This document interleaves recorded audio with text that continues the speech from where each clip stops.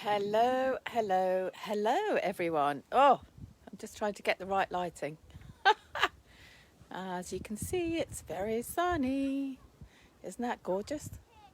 And I'm here with no makeup on, still in my swim gear, coming to you to talk to you today about a top tip. What is the length for your videos? How long should they be? How long should they take? How long can you keep somebody's attention for? I'm sorry, I'm still trying to work out the lighting. Right, there we go. That might be a bit better.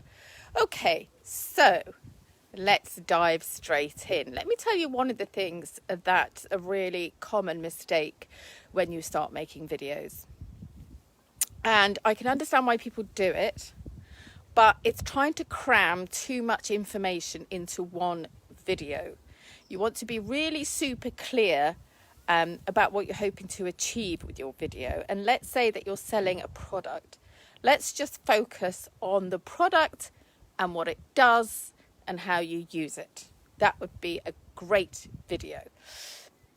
What sometimes people try to do is they start with one product and then they go into like the whole product range, or they might go into the ingredients, they might go into customer testimonials. All of that is fine. But instead of trying to cram it into one video, try and make a series of videos about this amazing product. Don't forget that the video you're making is not the only one. You can make tons of videos about the same thing. And you can repeat videos more than once, so that once you've made that product video, you can just keep posting it in different places and at different times and repeating it every few weeks or so. So don't feel like you're only ever going to make one video and you have to cram all the information into that one video.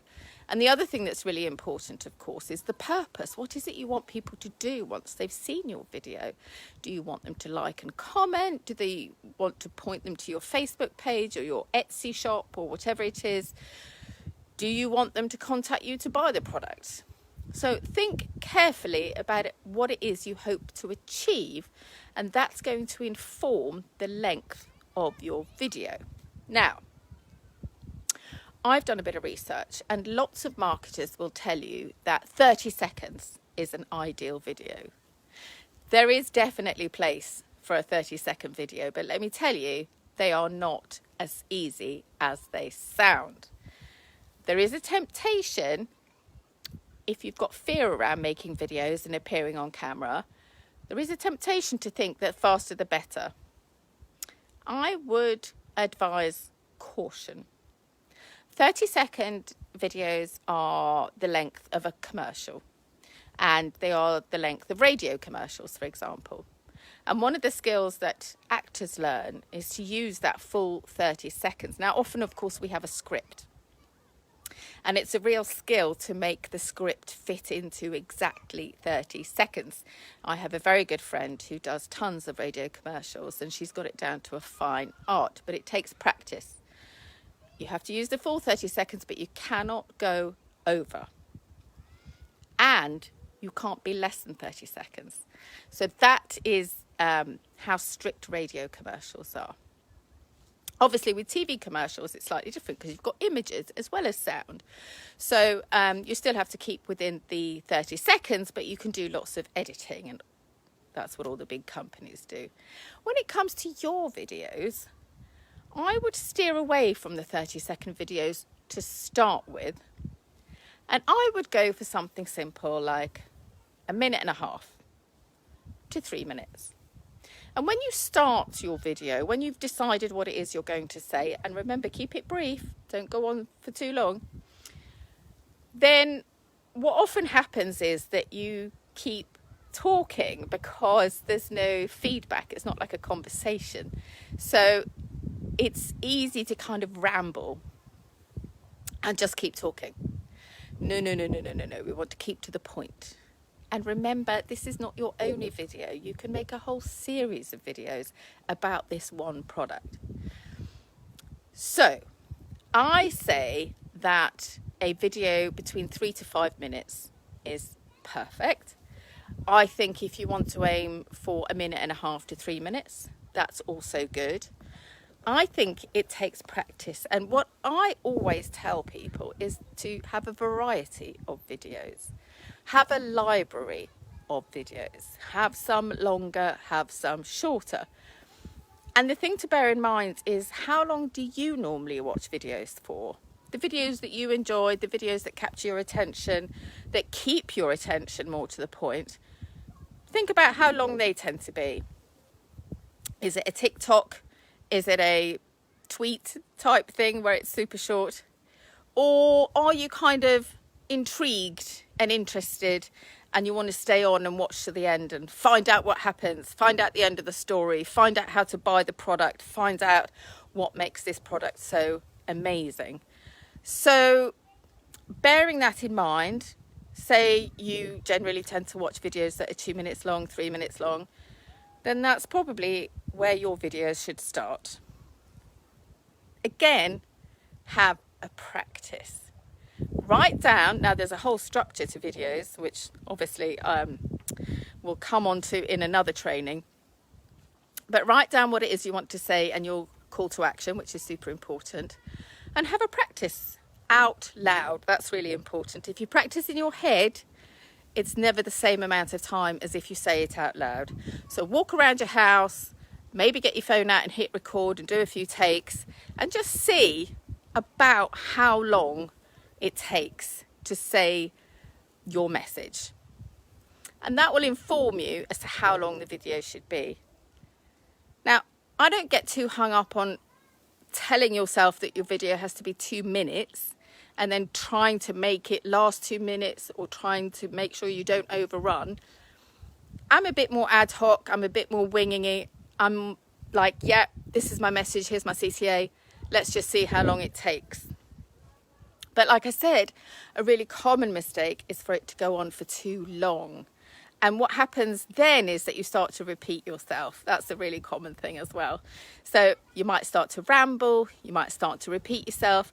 You might start to go, oh, and I better tell you about this other thing as well. Oh, and while I'm here, actually, there's another product. Or here's another way that I want you to contact me.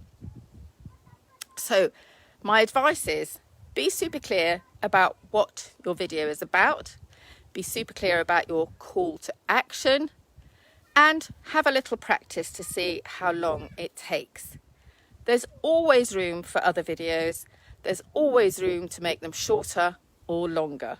And I think sometimes with story videos, you can maybe go on for as much as, 7 minutes, 5 to 7 minutes.